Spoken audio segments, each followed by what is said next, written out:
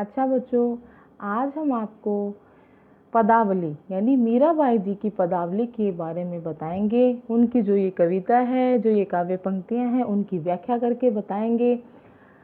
उन्होंने अपनी कविता को, अपनी पदावली को शीर्षक दिया है मेरो तो गिरधर गोपाल। ये पदावली मीराबाई जी के द्वारा रचित मीरा मुक्तावली से ली गई हैं। इन पंक्तियों के माध्यम से उन्होंने बताया है कि मैंने तो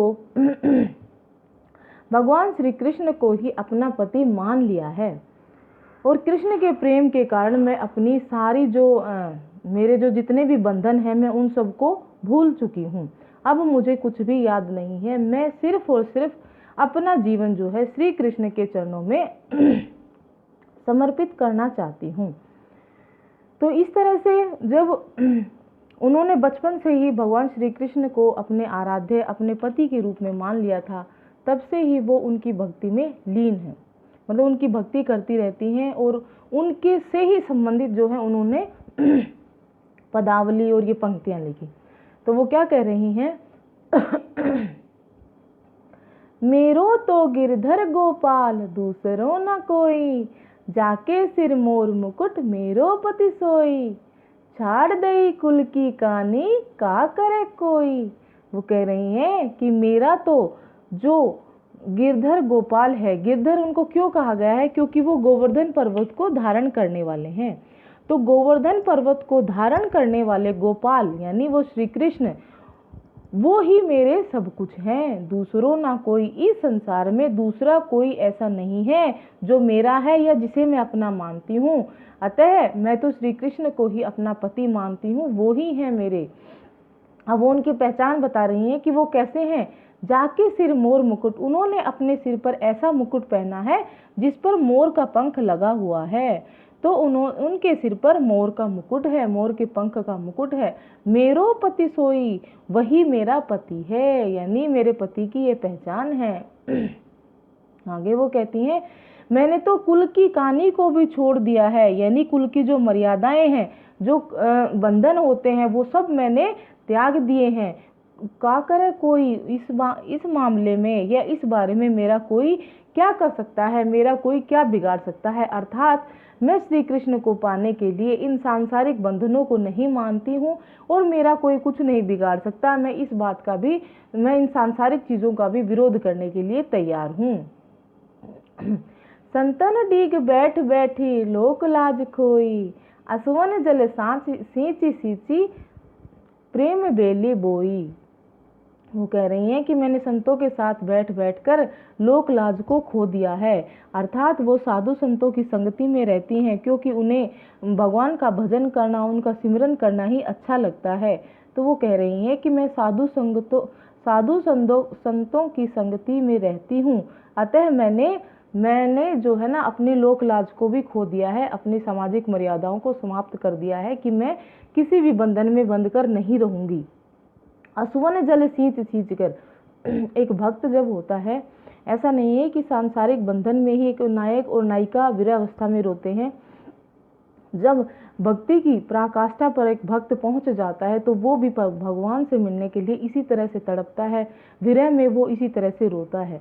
तो मीराबाई जी कहती हैं कि आंसुओं का जल सींच सींच कर, मतलब जिस तरह से किसी बेल को, किसी पौधे को सींचने के लिए पानी की आवश्यकता होती है, उसी तरह से मैंने प्रेम की बेल को बोया है। कैसे?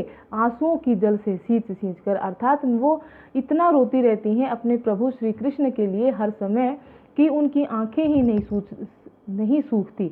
तो उस आंखों के आंसुओं के जल से ही उन्होंने प्रेम रूपी बेल को बोया है। अब तय बेली फैल गई आनंद फल होई।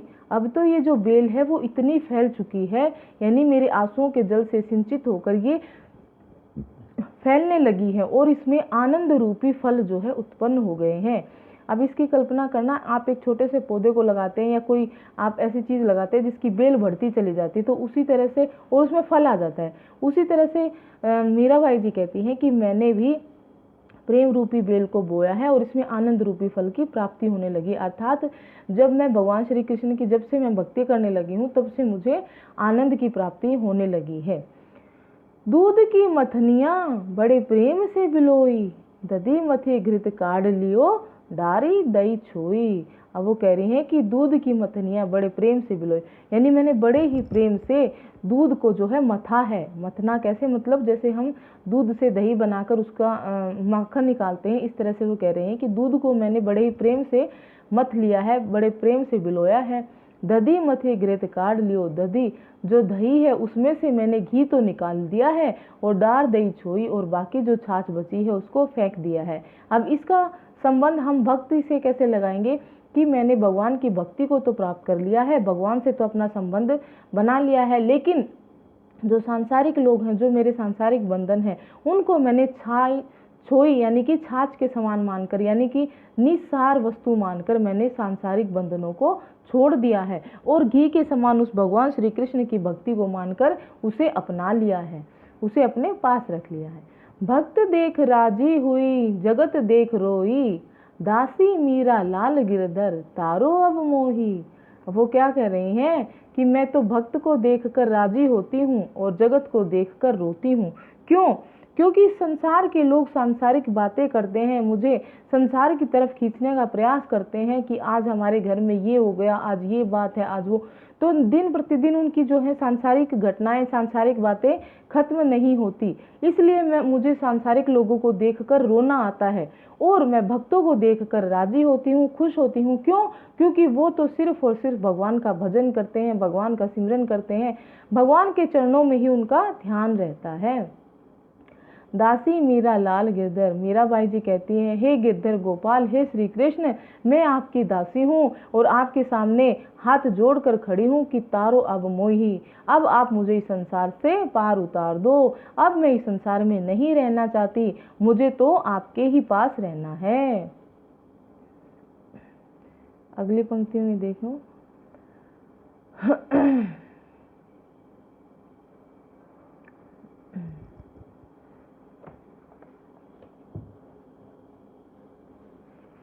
आली माने लागे वृंदावन नीको। आली का अर्थ यहाँ पर सखी से है।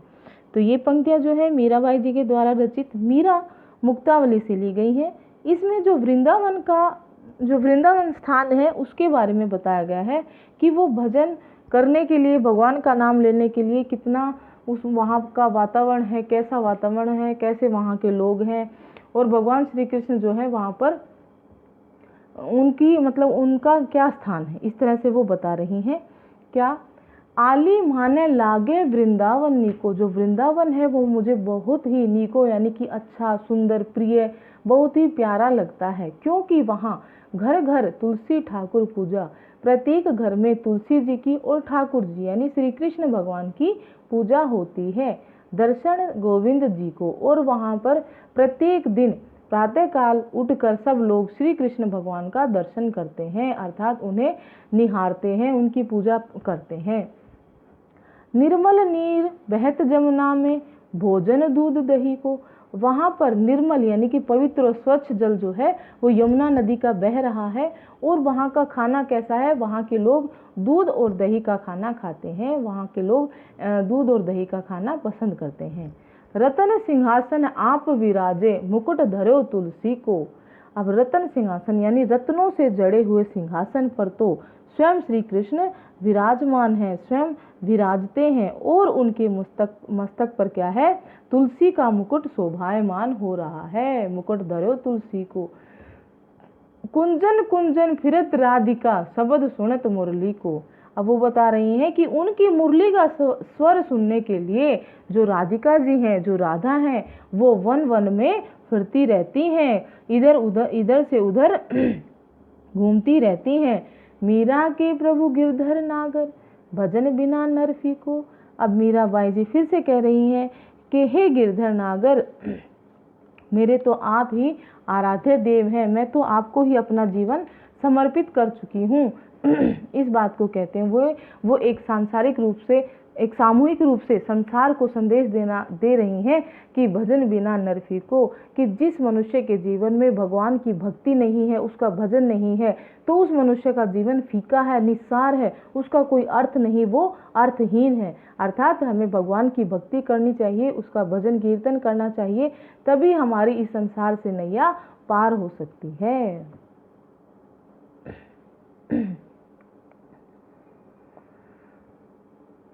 आगे की पंक्तियों में जो वो कह रही हैं, उनकी जो जितने भी काव्य पंक्तियां हैं वो एक तरह से भजन के रूप में आज भी गाई जाती हैं।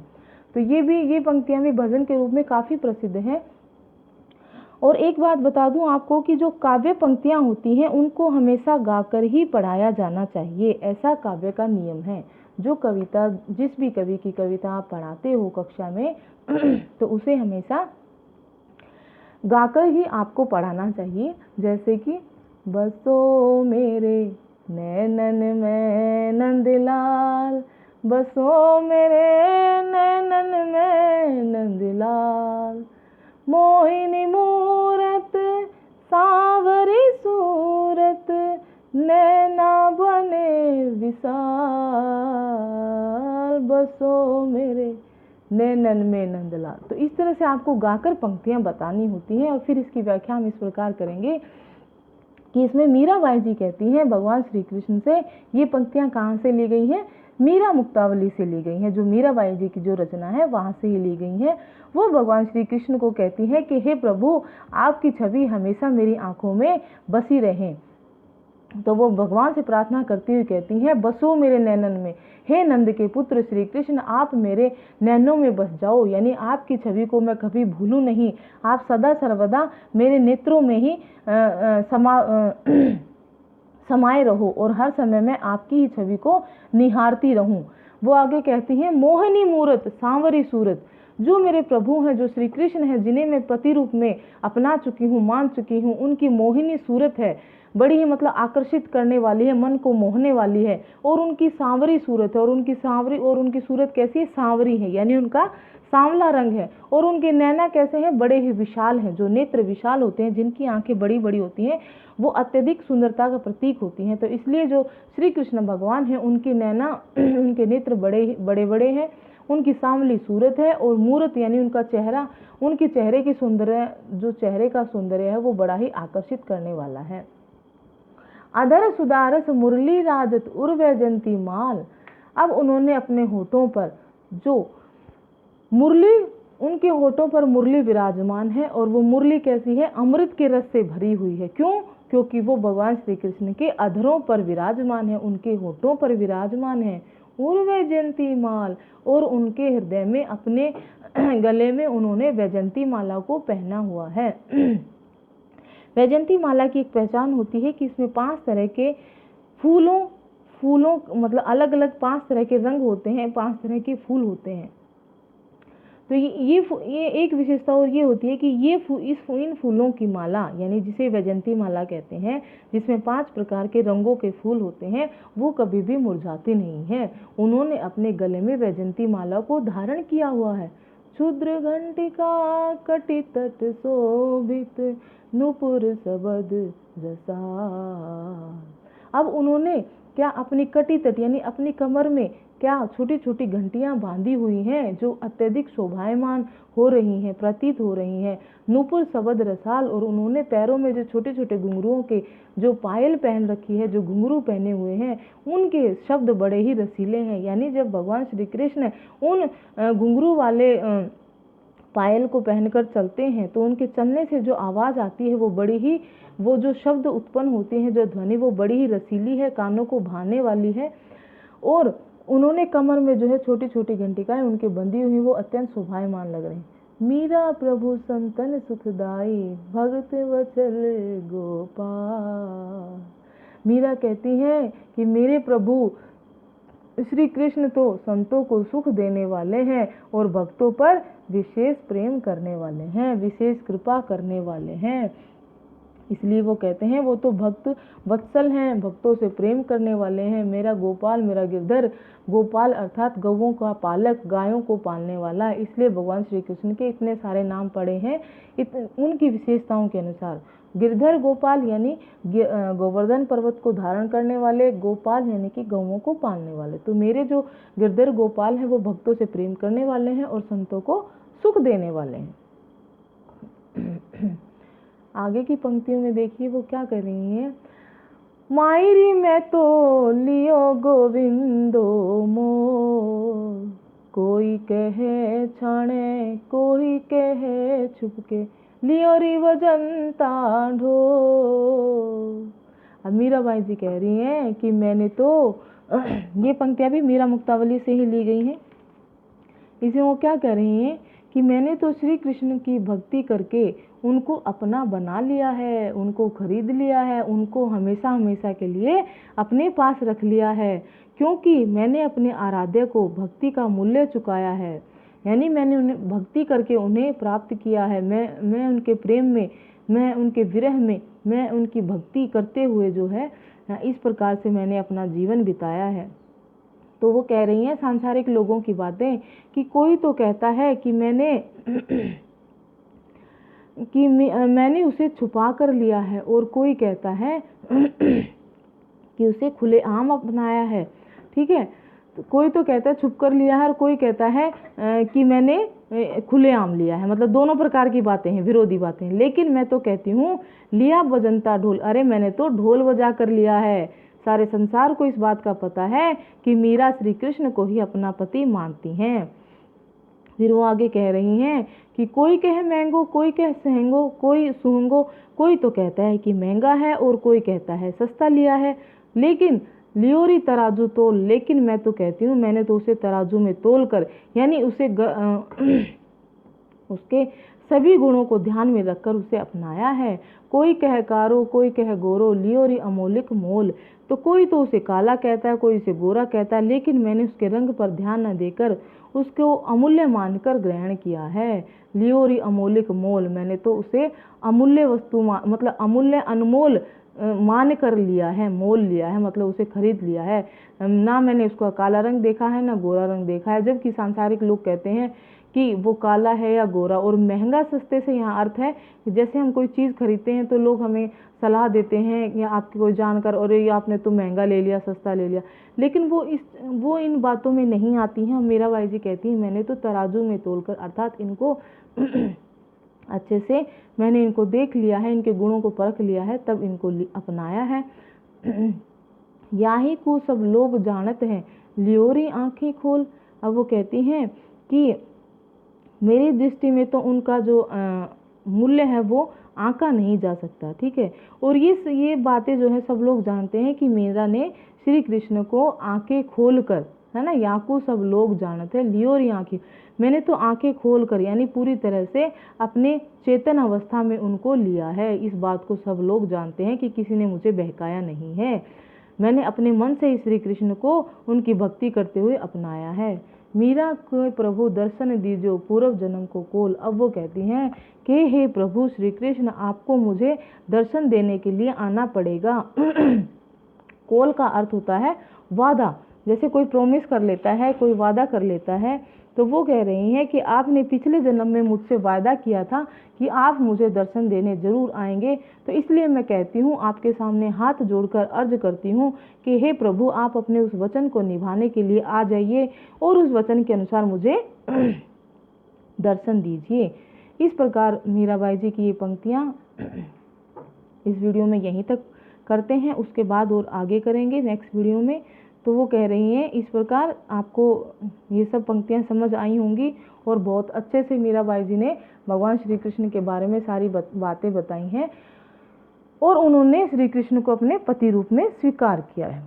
ठीक है, तो बच्चों, मैं उम्मीद करती हूँ कि मेरे द्वारा हिंदी साहित्य की जो भी व्याख्या की गई है वो आपको अच्छे से समझ में आ रही होगी। इसलिए आप मेरी वीडियोस को आपके जितने भी सहपाठी हैं, विद्यार्थी मित्र हैं, उनके साथ शेयर करें, और इसी तरह की मेरी एजुकेशनल वीडियोस से अपडेट्स होने के लिए मेरे चैनल को सब्सक्राइब करें। Thank you.